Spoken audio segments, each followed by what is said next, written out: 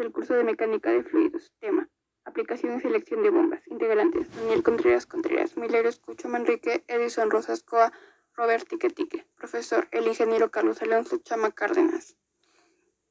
Las bombas se utilizan para impulsar líquidos a través de un sistema de tuberías. Una bomba hidráulica generadora trabaja con la energía mecánica, generalmente. Esta energía acciona un fluido incomprensible y lo transporta.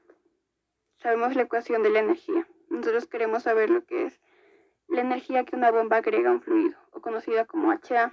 Dentro de la ecuación de la energía despejamos HA. Sacamos una ecuación, la cual es conocida como la carga total que se acciona sobre la bomba, o algunos fabricantes la conocen como la carga dinámica total. Los objetivos de nuestro trabajo. Existe una extensa variedad de bombas para transportar líquidos en sistemas de flujos. La aplicación de las bombas depende en sí de sus características, su rendimiento y su uso. Dentro de nuestro trabajo vamos a mencionar algunos parámetros para una selección de las bombas. Información específica de cada bomba, clasificación básica, tipos de bombas, características de las bombas. Vamos a describir algunas curvas de rendimiento, leyes de afinidad, velocidad específicas de algunas bombas, sus costos de vida, sus costos de operación de un sistema de flujo y algunos ejercicios. Vamos a ver lo que son parámetros involucrados en la selección de una bomba. Tenemos lo que es la naturaleza del líquido bombear, la capacidad o conocida como el flujo volumétrico, la condición del lado de succión, la condición del lado de descarga, la carga total, el sistema donde se bombea y se impulsa el fluido, el tipo de fuente de potencia, las limitaciones, las condiciones ambientales para elegir una bomba, el costo de adquisición de la bomba, el costo de operación de la bomba y algunos códigos gubernamentales. Las especificaciones. Tenemos los tipos de bombas, el tamaño, el fabricante, la conexión de succión, la conexión de descarga, la velocidad, el tipo de acoplamiento, detalles de los montajes, materiales y accesorios de las bombas, el diseño de su eje. Dentro del tipo de bombas tenemos dos tipos de bombas de desplazamiento positivo y las bombas cinéticas. Dentro de los tipos de bombas de desplazamiento positivo tenemos las rotatorias y las recíprocas. Dentro de las rotatorias tenemos los tipos de bombas de engranajes, de aspas, de tornillos, de cavidad progresiva, de lóbulo leva o bombas peristálticas. Dentro de las recíprocas tenemos las bombas de pistón, de émbolo y de diafragma.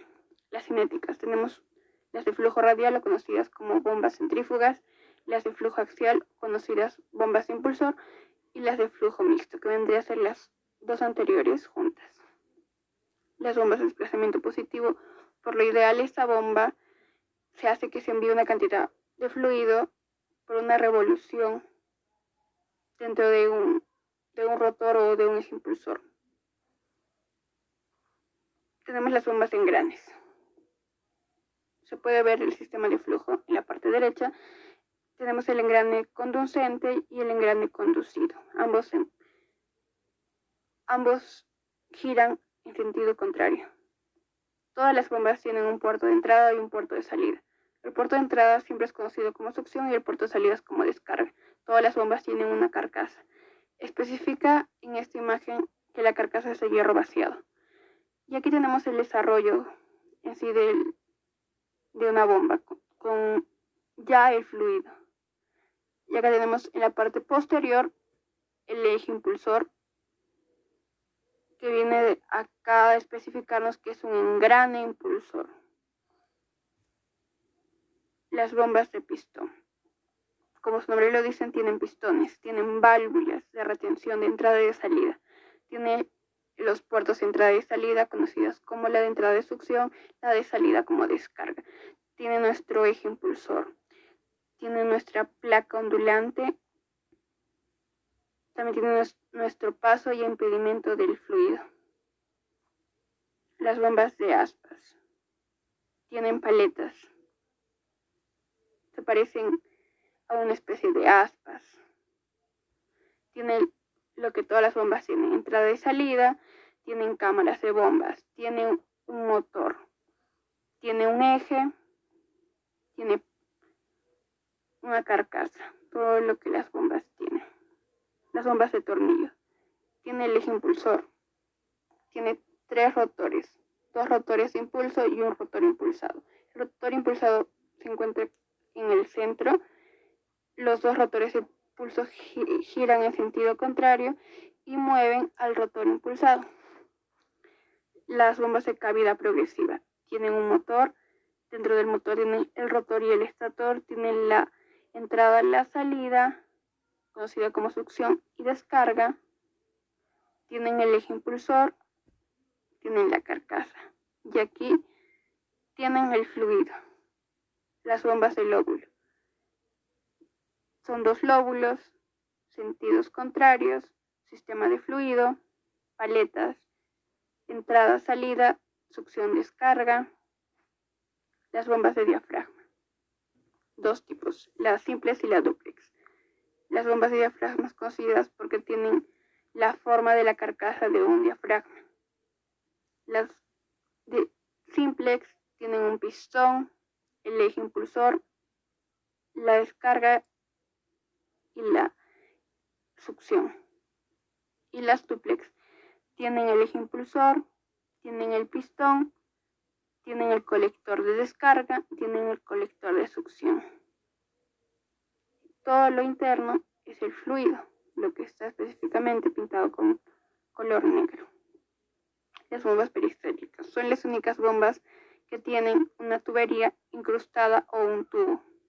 Rodillos, específicamente 3 activos y un rodillo inactivo que sirve como ancla. Sistema carcasa, succión, descarga, un motor. Dentro del motor está nuestro rotor. Algunos datos de rendimiento para bombas de desplazamiento positivo. En general se utilizan para una determinada presión elevada, con envíos constantes de líquidos. Entre sus ventajas son los diseños de los pulsos de salida. Es susceptible al daño por sólidos y abrasivos. Tenemos una imagen de rendimiento de bombas reciprocantes, simplex y dúplex. Su flujo volumétrico con respecto a su tiempo. En una revolución, en una simplex, tenemos una curva de descarga, más no una curva de succión. En una dúplex tenemos una curva de descarga y una curva de succión en una revolución. El rendimiento de una bomba rotatoria. Tenemos la capacidad de la bomba en galones por minuto, de 0 a 40 galones por minuto. Tenemos la presión de descarga en PSI de 0 a 2000 PSI. Tenemos la potencia de entrada en HP, caballos de fuerza, de 0 a 100. Y la eficiencia tenemos de 0 a 100 en porcentajes. La potencia de entrada es una diagonal que está entre 60 y 80. La eficiencia conjunta en porcentaje, la eficiencia volumétrica en porcentaje. La eficiencia volumétrica está como una semicurva. Y la eficiencia volumétrica está como una diagonal de 25 a 90 o superior a 90. Su capacidad de la bomba está en 40 galones por minuto. Cuando es acelerado con la rotación de un impulsor. Bombas sumergibles son dispositivos diseñados para sumergirse en conjunto con la bomba centrífuga, motor impulsor y aparatos de succión y descarga, útiles para función de retirar agua no deseada en sitios de construcción, minas, tanques industriales y bodegas de barcos de carga. bombas centrífugas pequeñas. Las bombas centrífugas pequeñas, también llamadas rotodinámicas, son siempre rotativas y son un tipo de bomba hidráulica que transforma la energía mecánica de un impulsor. Bombas de autoarranque. En esencia, que existan las condiciones adecuadas en el puerto de succión de una bomba de autoarranque cuando ésta arranque, con el objeto de garantizar que el fluido llegue al impulsor, que se establezca un flujo estable de líquido. El término arranque describe este proceso. El método predilecto para arrancar bombas de autoarranque consiste en colocar la fuente del fluido arriba de la línea central del impulsor y dejar que por efecto de la gravedad llene el puerto de succión. Bombas verticales de turbina. Es frecuente que el bombeo del fluido de un tanque se realice del mejor modo por medio de una bomba vertical de turbina, como la que se presenta en la figura. Y como se puede apreciar, diferentes tipos de cabezal de descarga, tipo S, tipo C, tipo F, tipo AB o BB. La bomba se monta directamente sobre el tanque, en una brida soportando la carga de descarga donde está conectada la tubería de salida. En el extremo inferior de una tubería pesado que se extiende al tanque están montadas impulsores múltiples en serie. Bomba centrífuga de molino. Cuando es necesario bombear líquidos que contienen una variedad de sólidos, una buena solución es utilizar una bomba con un molino integrado a ellas. En la figura se ilustra un diseño que se apoya en el fondo de un tanque o cisterna y maneja influentes del drenaje, lavado de ropa o trasto u otra clase de agua residual. El molino se halla junto al eje impulsor de la entrada de la bomba, de modo que reduce el tamaño de los sólidos antes de que pasan el impulsor y vayan al tubo de descarga para su disposición. Es frecuente que tales bombas estén equipadas con interruptores de flotación que actúen en forma automática para controlar el nivel del fluido en la cisterna. Datos del rendimiento de bombas centrífugas. Debido a que las bombas centrífugas no son de los tipos de desplazamiento positivo, existe una dependencia fuerte entre la capacidad y la presión que se debe desarrollar la bomba. Esto hace que la medición de su rendimiento sea algo complicada.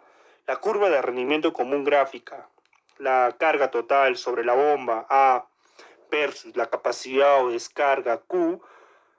Como se observa en la figura, la carga total A se ha calculado con la ecuación general de la energía. Representa la cantidad de energía que se agrega a una unidad de peso del fluido conforme pasa por la bomba. De hecho, a una carga de corte el flujo se detiene por completo cuando toda la entrada de energía de la bomba va a mantener la carga, por supuesto. La carga de operación común está muy por debajo de la carga de corte, de modo que se logra una capacidad elevada. Para operar con éxito una bomba, también son importantes la eficiencia y la potencia requeridas. Presenta en la gráfica más completa de rendimiento de una bomba, en la que se supone las curvas de carga, eficiencia y potencia, y se grafica estos tres versus la capacidad. La operación normal se debe estar en la vecindad del pico de la curva de la eficiencia, con eficiencias que por lo común están entre el rango de 60 a 80% para bombas centrífugas. Leyes de afinidad para bombas centrífugas. La mayoría de las bombas centrífugas se operan a velocidades distintas para obtener capacidades variables. Además, una carcasa de bombas de tamaño dado es susceptible de dar acomodo a impulsores de diámetros diferentes. Es importante entender la manera en que varía la capacidad de la carga y la potencia cuando se modifican la velocidad o el diámetro del impulsor. El símbolo N se refiere a la velocidad de la rotación del impulsor. La eficiencia permanente casi constante para cambios en la velocidad y para cambios pequeños en el diámetro del impulsor. Efecto de la velocidad. En la figura se muestra el rendimiento de la bomba de 2 por 10 elevado a la menos 10, cuando opera a 1750 RPM, velocidad de un motor estándar de 4 polos, en lugar de 3500. Potencia requerida. Solo se agregó las curvas que se muestran la potencia que se requiere para impulsar la bomba. Por ejemplo, la bomba con un impulsor de 8 pulgadas enviaría 215 galones por minuto contra una carga total de 250 pies de fluido. En esas condiciones necesitaría 24 HP. La misma bomba enviaría 280 galones por minuto a 200 pies y consumiría 26 HP. Eficiencia. Solo se agregó las curvas de eficiencia constante. La eficiencia máxima para este bomba es del 50% aproximadamente, como se puede apreciar en la imagen. Por supuesto, es deseable operar una bomba cerca de su punto óptimo de eficiencia. Acá tenemos un punto muy importante, que cuando está por debajo nosotros vamos a usar una canastilla, que cuando el agua suba y cuando esto deje de impulsar fuerza, el agua ya no deba retornar o bajar al pozo. Esto ya no se necesita eso porque siempre se va a mantener con agua. Acá sí le ponemos una válvula para controlar eso. Bien, ahora tenemos a la canastilla que funciona como un cheque antirretorno, que a la vez también limpia impurezas, o sea, es como un filtro, no deja pasar todo ese tipo de cosas al momento de la succión. Detalles de la línea de descarga. Tenemos la bomba, válvula de alivio, válvula de verificación, válvula de apagado, válvula de instrumentación, grifo de muestreo. ¿Qué sucede? ¿Para qué sirve la válvula de alivio? Imaginemos que acá hay una avería o simplemente esto está trancado. Viene la bomba, succiona y justo cuando el agua intenta pasar por acá, ya no va a poder porque está trancado. Entonces, ¿qué es lo que va a hacer? Va a querer buscar una salida. ¿Qué va a hacer? Va a romper la tubería. Y si no lo rompe, la bomba se daña, se malogra, se destroza, explota. Entonces, para eso tenemos una válvula de alivio, que cuando eso vaya a suceder, el agua va a pasar por acá. Es una válvula de seguridad. Luego pasamos a la válvula de verificación, donde nosotros, cuando el agua ingresa, esto funciona como un antirretorno también. Muy bueno. Luego tenemos la válvula de apagado o estrangulamiento. Esta válvula nosotros medimos qué tanta cantidad nosotros de agua vamos a necesitar, vamos a querer que fluya el agua, o sea, esto lo va a ahorcar. Y luego tenemos la válvula de instrumentación para medir la presión a la cual el agua va a estar yendo o saliendo. El grifo de muestreo va a ser para que nosotros verifiquemos la calidad, la cantidad, cómo está saliendo el agua. Diseños del sistema de la tubería. Para esto necesitamos varios factores. En todo esto influyen muchos factores. Uno es la temperatura, la viscosidad, el peso específico, todo. ¿Dónde nosotros lo vemos eso? Digamos que vamos a trabajar en distintos lugares donde vamos a ver cantidad de bombas. Uno, la bomba cuando vamos a trabajar en una central termoeléctrica. Ahí se hace bastantes circuitos, serie, paralelo, todo tipo. Entonces ahí nosotros vamos a necesitar conocer todo este tipo de parámetros. Luego pasamos a los modos de sistemas alternos. Impulsores de velocidad variable. El efecto de introducir un impulsor de velocidad variable es un sistema con una bomba centrífuga. Depende de la naturaleza de la curva del sistema. Todo se basa en una curva. Por ejemplo, acá tenemos la curva del sistema solo con pérdidas por fricción. Acá tenemos dos curvas y acá tenemos la curva de la potencia. ¿Qué es lo que sucede? Acá tenemos la altura y acá tenemos el caudal, siempre. Caudal por altura. Entonces, a más cantidad, a más tubería, siempre la fricción siempre va a estar ahí. Entonces, siempre va a haber una velocidad que mientras está alta, va a ir bajando. Y el punto de operación siempre se va a dar en este lado. Así tenemos también la curva del sistema con carga estática elevada. Es cuando es más alto, cuando trabajamos con más alturas, entonces también se va perdiendo esa fuerza. Entonces nuestro punto de operación en este caso sería acá, estaría en 200, una altura de 200, o sea, ahí se va a mantener a 600 galones por minuto. O en este caso serían unos 130 metros cúbicos por hora, en donde se va a mantener el caudal y la altura de 200 metros. No, en este caso 200 pies sería la altura y en metros sería hasta 60 metros. Ahora pasamos a los efectos de la viscosidad. La viscosidad, si estamos nosotros bombeando aceite, también va a tener puntos. Por ejemplo, la punto de operación a la que nosotros vamos a querer operar va a ser el caudal por altura y justo va a ser en ese punto. Acá se incrementa la potencia, disminuye el flujo entregado y la eficiencia baja también. Luego, bombas que operan en paralelo. Cuando tenemos dos bombas, siempre una con otra, las dos al mismo tiempo van a extraer agua del mismo recipiente al mismo tiempo. ¿Qué se va a generar? Mira, con una sola bomba, la curva es pequeña, pero con dos bombas aumenta. Y el punto de operación, justo lo tenemos acá. O sea, aumenta totalmente la altura, el caudal, la fuerza, todo eso aumenta. Luego, en serie, es una continuación de otra. La primera bomba succiona, la segunda bomba, lo succionado y con la fuerza con la que se le está entregando, va a distribuir a toda la empresa, casa, etc. Luego tenemos a la selección de bomba y la velocidad específica. Acá tenemos de acuerdo a la velocidad, a la altura que nosotros vayamos a requerir. Por ejemplo, acá tenemos, si nosotros queremos a grandes pies, digamos, 10.000 pies, o 20.000, 80.000 pies, vamos a necesitar una recíproca. ¿Para qué? Para poder trabajar con esa bomba y no dañar nuestra bomba. Y así tenemos a la rotatoria, a la centrífuga.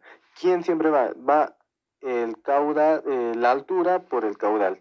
Siempre es esa nuestra forma de trabajar.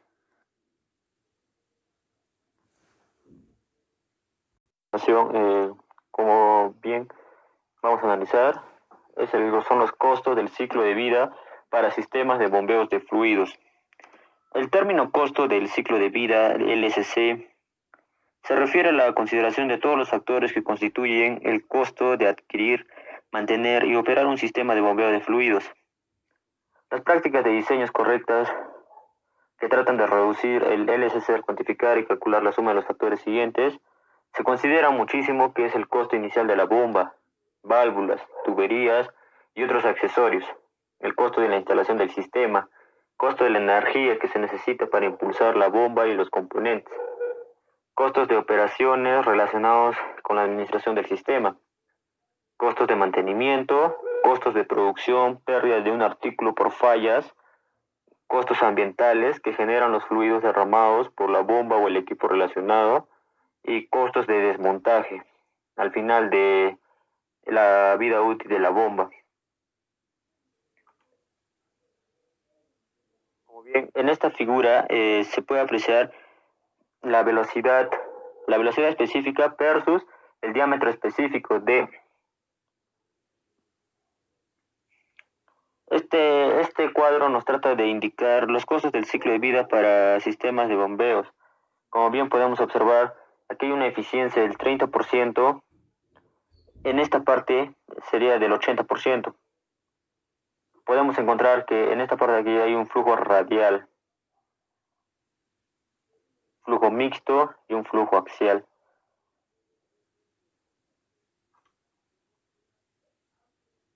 Los costos de energía. Para las bombas que operan de manera continua, diferentes, por periodos largos, el costo de la energía es el componente más oneroso del costo total del ciclo de vida. Aún para bombas que operan tan solo durante 8 horas al día, durante 5 días a la semana, el tiempo acumulado de operación es de más de 200 horas por año. Las bombas que impulsan procesos continuos como la generación de energía eléctrica llegan a operar más de 8.000 horas por año. Un objetivo importante del diseño correcto de sistemas de fluidos sería minimizar la energía que se requiere para operar la bomba. En este cuadro, en esta gráfica, podemos observar el principio del costo del ciclo de vida para sistemas de bombeos.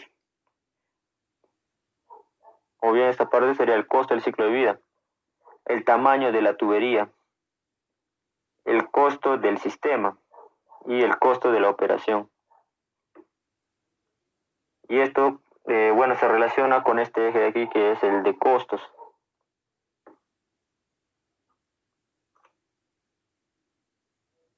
Software para diseñar sistemas de tuberías y seleccionar bombas.